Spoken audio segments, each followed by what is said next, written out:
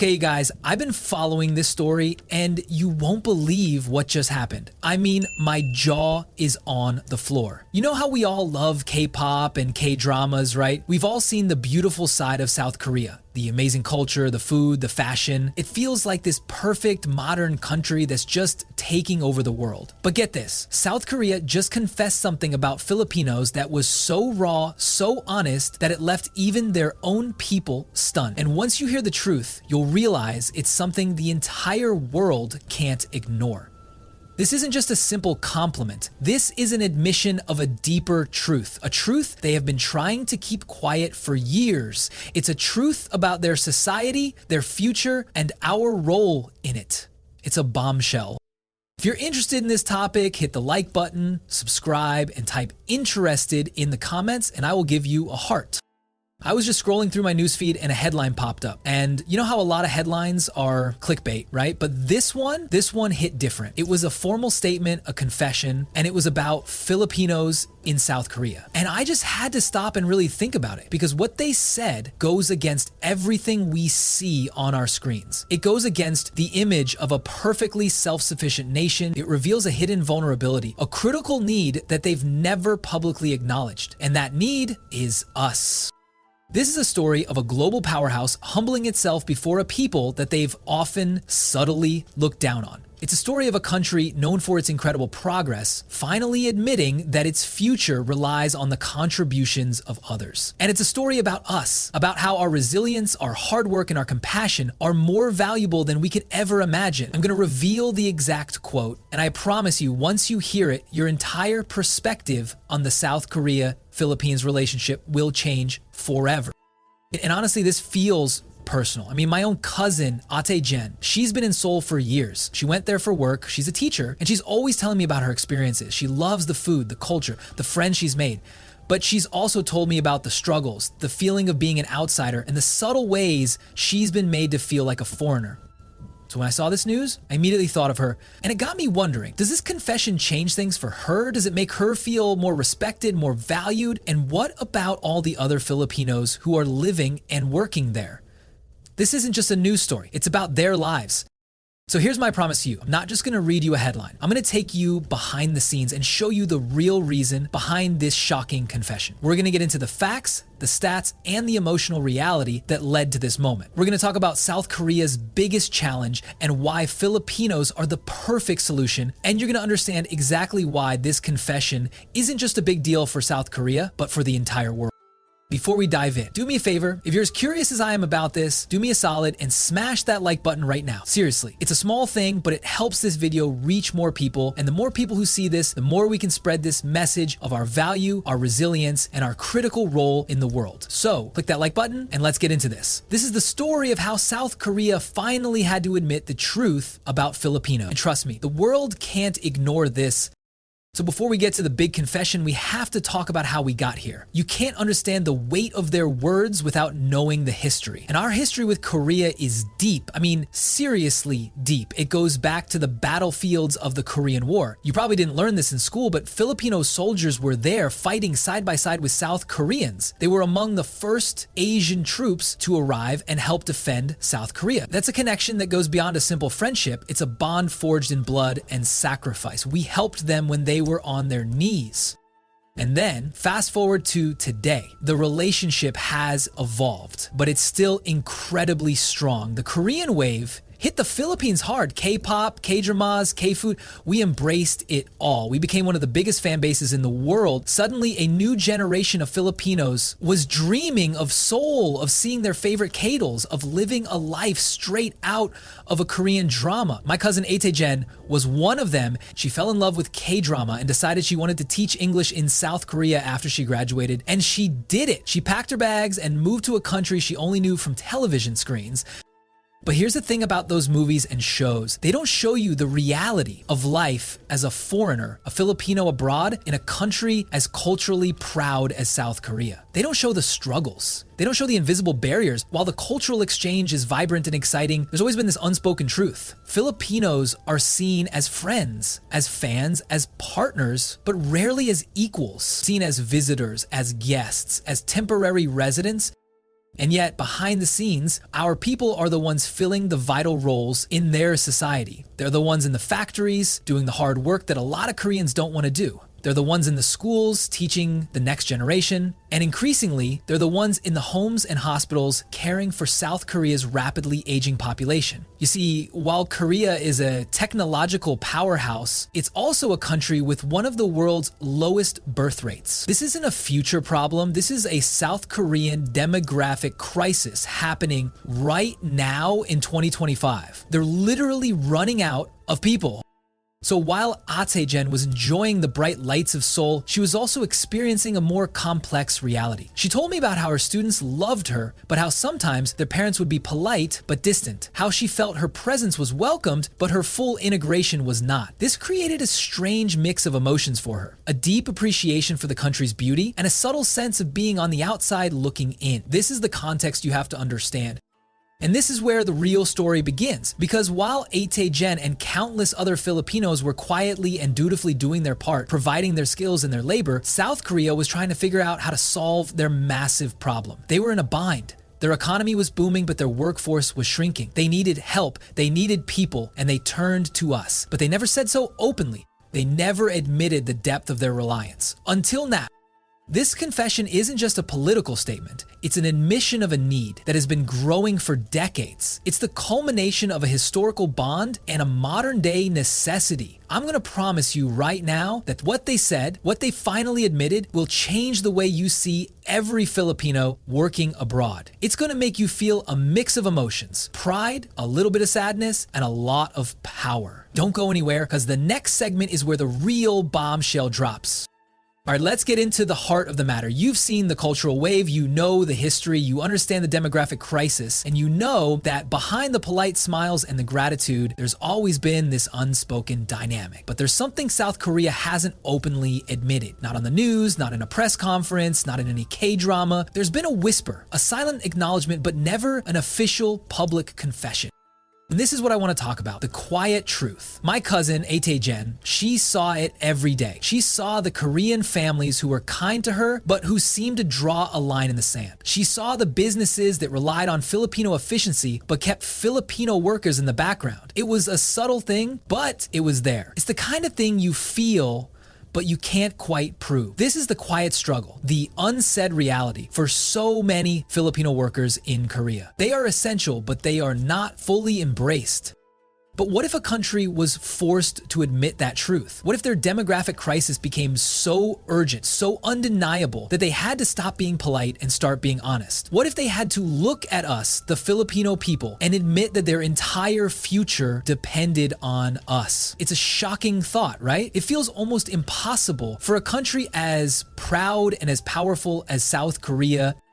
And this is where the suspense builds, because this confession wasn't just a simple statement. It was born out of a real and present fear. As of 2025, South Korea's birth rate has plunged to an all-time low. Their society is aging at a rapid rate, with a dwindling number of young people to support the elderly. It's an economic and social ticking time bomb. They've been trying to solve it for years, but nothing has worked. The problem is so big that it's no longer just a national issue, it's a global one. The world has been watching, wondering how a country with such incredible economic success could be facing a collapse of its social fabric.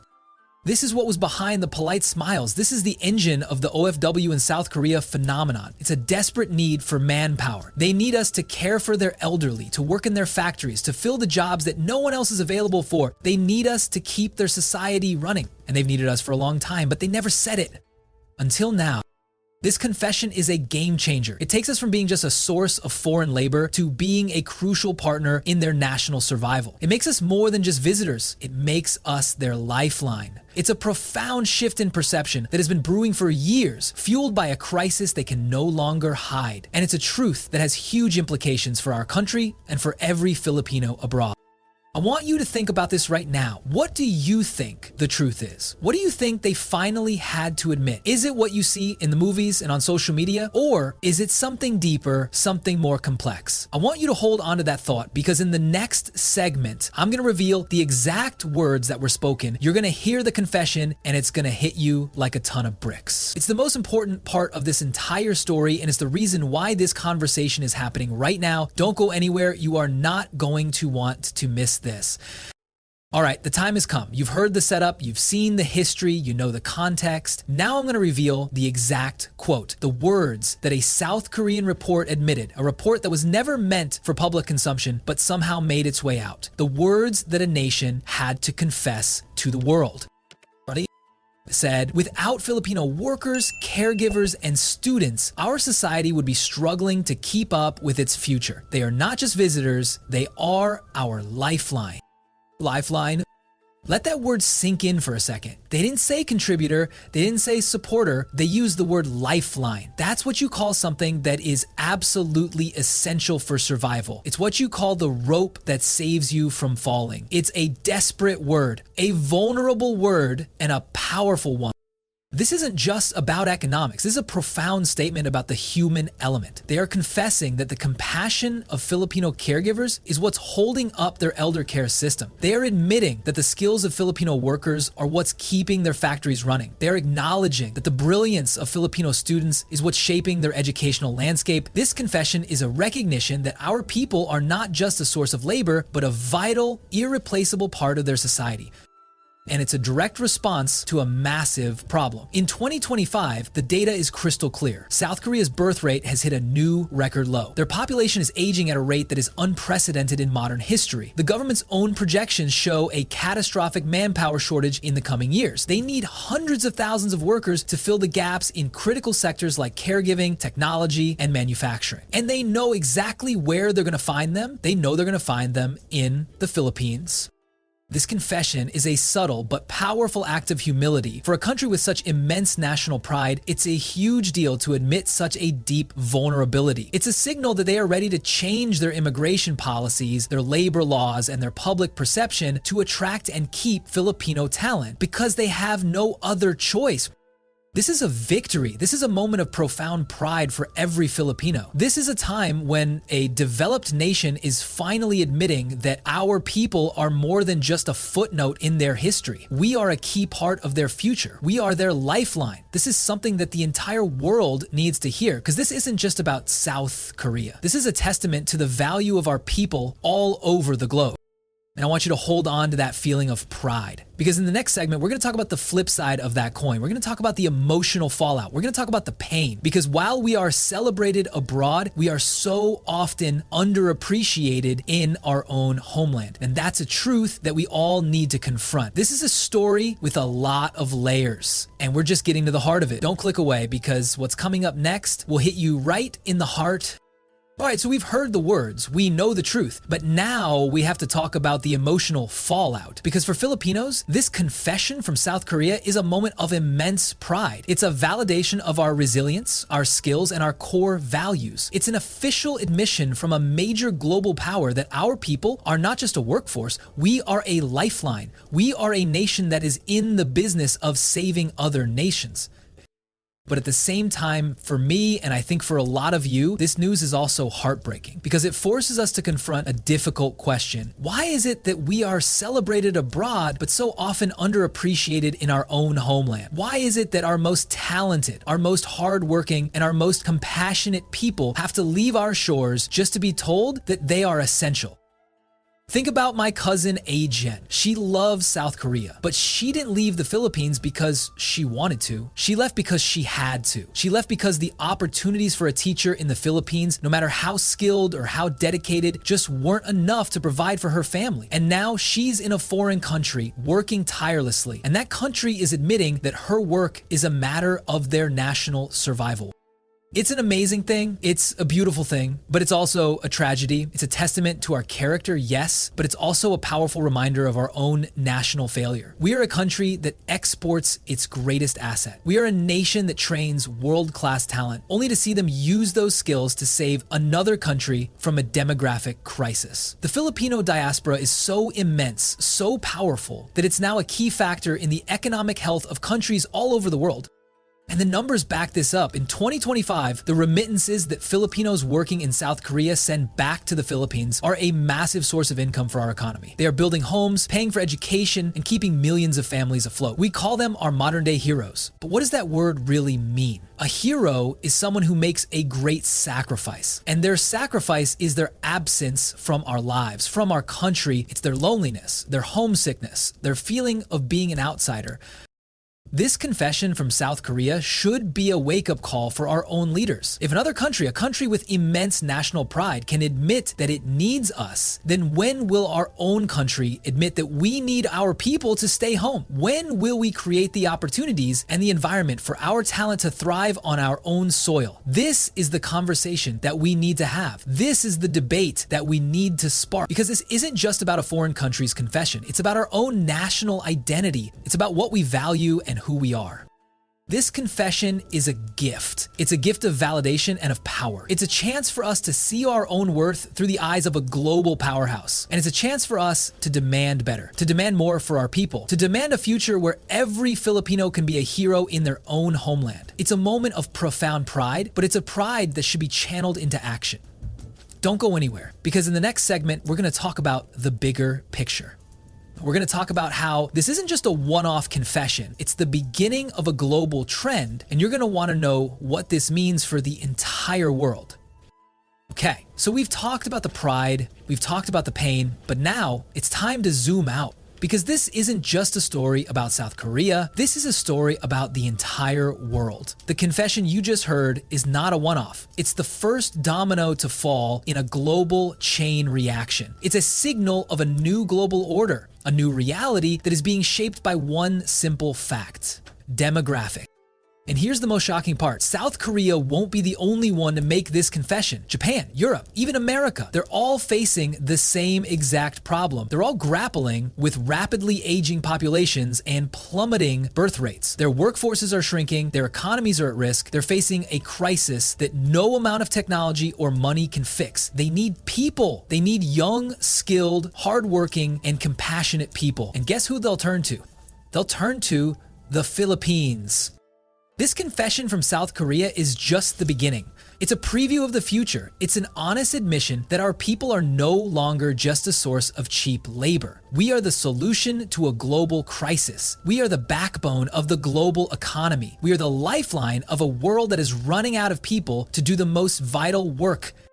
Let's look at the facts. In 2025, countries like Japan are facing an even more severe demographic crisis than South Korea, with their elderly population projected to hit over 30% of their total population. In Europe, countries like Germany and Italy are also seeing their birth rates fall to historic lows. And even in the United States, the average age of the population is increasing, creating a massive need for caregivers, healthcare professionals, and skilled workers. The entire developed world is facing a manpower problem, a demographic time bomb that is ticking away.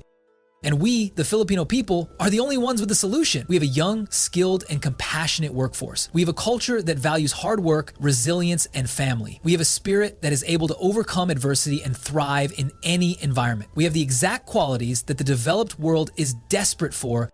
This isn't just a coincidence. This is a matter of survival. This is the new global reality. The confession from South Korea is a moment of profound validation. It's a moment where a global power finally had to admit that they need us. And it's a moment that we need to use to our advantage. It's a moment for us to understand our true value and to demand the respect and the dignity that we deserve.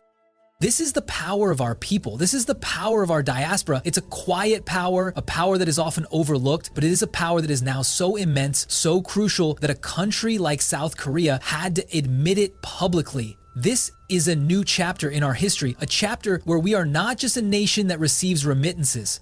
We are a nation that is saving other nations. And I want you to feel that power. I want you to feel that sense of pride. Because this isn't just about a video, this is about a truth that needs to be spread. It's a truth that needs to be known. And it's a truth that you are now a part of. Don't go anywhere, because in the next and final segment, we're gonna talk about what you can do, we're gonna talk about what this means for you, and we're gonna talk about what's coming next. Because the truth is, this is just the beginning. All right, we've been on a journey. We've started with a confession from South Korea, and we've ended up with a profound understanding of our global value. This is a story of pride, of pain, and of a new kind of power. And now it's your turn. Tell me what you think. Do you see South Korea's words as a genuine sign of respect, or just a desperate plea from a nation on the brink of a demographic crisis? Do you think this will lead to a real change for Filipinos living there? Or is it just lip service? Drop your thoughts in the comments below. Let's get this conversation started, because this isn't just a one-way street. This is a community, and your opinion matters. And hey, if this video made you feel a surge of pride, if it gave you a new perspective on our people's place in the world, then please take a second and smash that like button. It's the easiest way to tell the YouTube algorithm that this message is important. And if you're not already subscribed, hit that button too, and the notification bell, because you're not gonna wanna miss what's coming next. Because this conversation is far from over. This is just the beginning. We've seen what South Korea admitted. We've understood the emotional fallout. But what about our neighbor? What about Japan? What did they just admit about Filipinos? Because that story is even more shocking. It's a bombshell revelation that you won't believe until you see it. It proves that we are a powerful, a crucial, and an indispensable part of the new global order. And what they admitted, well, it's gonna make you see our people in a whole new light. So get ready. The next video is going to take everything we've learned today and turn it on its head. It's going to be a bombshell revelation that you won't believe until you see it. So make sure you're subscribed, and I'll see you in the next one. We're just getting started.